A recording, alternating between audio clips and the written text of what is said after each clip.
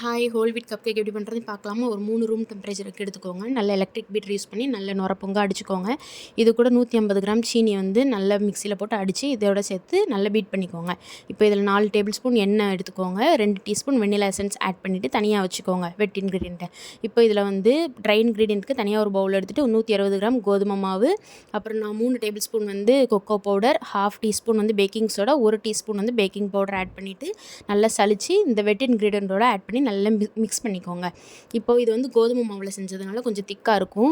Batter adjust பண்ணுறதுக்காண்டி ஒரு 4 table spoon பால் add பண்ணி கொஞ்சம் மிக்ஸ் பண்ணி கொடுத்தீங்கன்னா பேட்டர் வந்து கொஞ்சம் லூஸ் ஆகும். இப்போ இதை வந்து கப் கேக் ட்ரேயில் நம்ம வந்து மாற்றிக்கலாம். இதை வந்து 180 டிகிரி செல்சியஸில் 30 மினிட்ஸ் நம்ம பேக் பண்ணால் நல்லா சூப்பராக ஸ்பாஞ்சியாக ஒரு கப் கேக் வந்து ரெடி ஆயிரும். இது ஈவினிங் டைம் ஸ்நாக்காக வந்து கிட்ஸுக்கு வந்து கொடுக்கலாம்.